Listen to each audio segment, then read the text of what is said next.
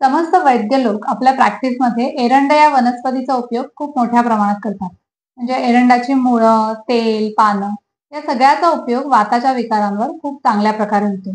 आजच्या व्हिडिओमध्ये आपण बघूया की एरंडेल तेल म्हणजे एरंडाच्या बियांपासून काढलेलं जे तेल असतं त्याचा उपयोग कशा पद्धतीने करता येतो.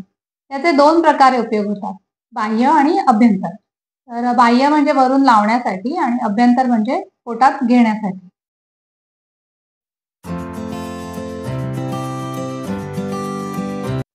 नमस्कार, मी डॉक्टर दीप्ती मनसा वेलनेसमध्ये सगळ्यांचं मनापासून स्वागत.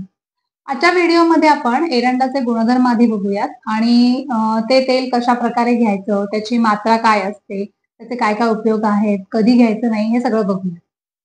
तर एरंडेल तेल हे मधुर आहे, उष्ण आहे, तीक्ष्ण आहे. थोडीशी तुरट अशी पण त्याची चव असते. स्रोतोविशोधन म्हणजे स्रोतसांमध्ये जाऊन म्हणजे चॅनल्समध्ये जाऊन क्लिनिंगचं काम ते करतं. त्वचेसाठी चांगलं आहे, स्किनसाठी चांगलं आहे.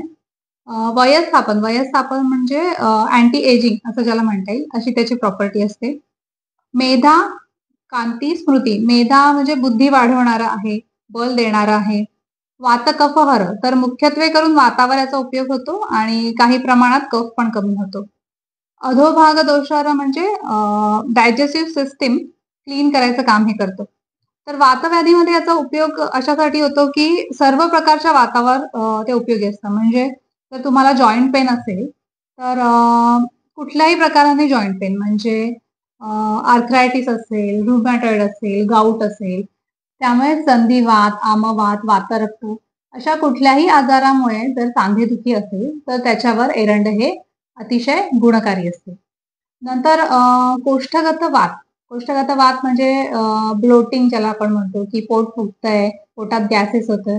तर ह्याच्यासाठी एरंडेल तेल घेतल्याने खूप फायदा होतो. कारण पोटामधला वात बाहेर काढण्याचं काम एरंडेल तेल खूप चांगल्या पद्धतीने करतं. आणि फक्त डायजेस्टिव्ह सिस्टम मधले असे नाही, तर बाकी ठिकाणचे सुद्धा टॉक्सिन खेचून आणून ते कोष्ठमार्गे बाहेर काढण्याचं काम एरंडेल करतं. दुसरी एक गोष्ट जर तुम्ही इथे ऑब्झर्व्ह केली असेल, तर ह्या तेलाचे जे गुणधर्म आहेत, ते वाताच्या एक्झॅक्टली अपोझिट आहेत. त्यामुळे ऑब्व्हियसली वाढलेला वात कमी करण्याचं काम हे चांगल्या पद्धतीने करतं.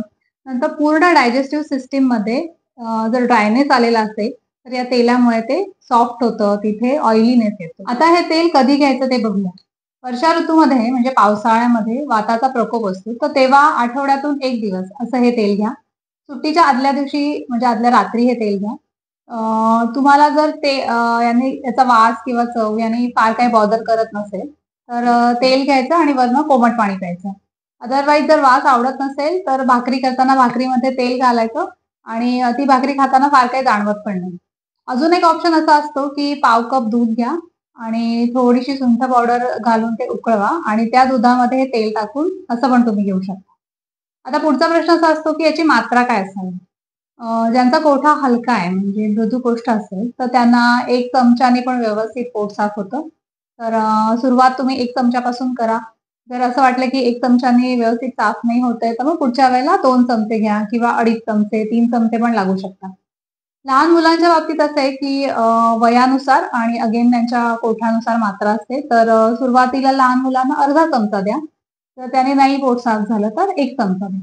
लहान मुलांमध्ये याचा असा फायदा असतो, की जंत म्हणजे कृमी आणि पळून जातात, पोट साफ होतं आणि हळू जर तुम्ही वरचेवर दिलत, तर कृमींची टेंडन्सी पण जाते. ही झाली मात्रा. पुढचा प्रश्न असतो, की कोणी घेऊ नये. तर प्रेग्नंट बायकांनी घेऊ नका. नंतर हे तेल उष्ण असतं, त्यामुळे उन्हाळ्याच्या दिवसांमध्ये टाळा. ज्यांना ऑलरेडी पित्ताचे विकार आहेत, उष्णता वाढली आहे, अशा लोकांनी पण हे टाळलेलंच बरं. आता आपण याचे बाह्य उपयोग बघूया, म्हणजे वरून लावण्यासाठी. तर ज्यांची स्किन अतिशय ड्राय झाली आहे, नंतर खाज सुटली आहे, स्पेशली एक्झिमा, सोरायसिस अशा विकारांमध्ये हे तेल वरून लावल्याने पण खूप चांगला फायदा होतो. त्यांचा ड्रायनेस कमी होतो, नंतर इचिंग हळू कमी व्हायला होतं. त्वचेसाठी उपयोग झाल्यानंतर आपण केसांसाठी याचा काय उपयोग करता येईल ते बघूया. तर सेम केस जर खूप रुक्ष झाले असतील, नंतर हेअर फॉल होत असेल, नवीन ग्रोथ जास्ती होत नसेल, तर एरंडेल तेल हे खोबरेल तेलामध्ये मिसळून तुम्ही ज्या दिवशी केस धुता त्याच्या एक साधारण 1 तासभर आधी लावून ठेवायचं, मुळांना मसाज करायचा छान आणि मग नंतर 1 तासाने वॉश करून टाकायचं. तर एरंडेल तेलाचे अभ्यंतर आणि बाह्य असे दोन्ही उपयोग आपण बघितले. विरेचनासाठी पण याचा खूप चांगला फायदा होतो. म्हणजे विरेचन म्हणजे ज्याने 3-4 वेळा असं पोट खळखळून साफ होतं. तर त्याच्यासाठी पण वैद्य याचा उपयोग करतात. पण माझा असा सल्ला राहील, की हे तुम्ही त्यांच्याशी प्रॉपर कन्सल्ट करून मग घेतलेलं जास्त चांगलं राहील. तर आय होप की तुम्हाला या व्हिडिओने खूप फायदा होईल. एरंडेल तेल कसं घ्यायचं, किती मात्रेत घ्यायचं या शंका दूर झाल्या असतील. असाच पुढचा व्हिडिओ बघण्यासाठी चॅनलला सबस्क्राईब करा, लाईक करा आणि शेअर करा. धन्यवाद.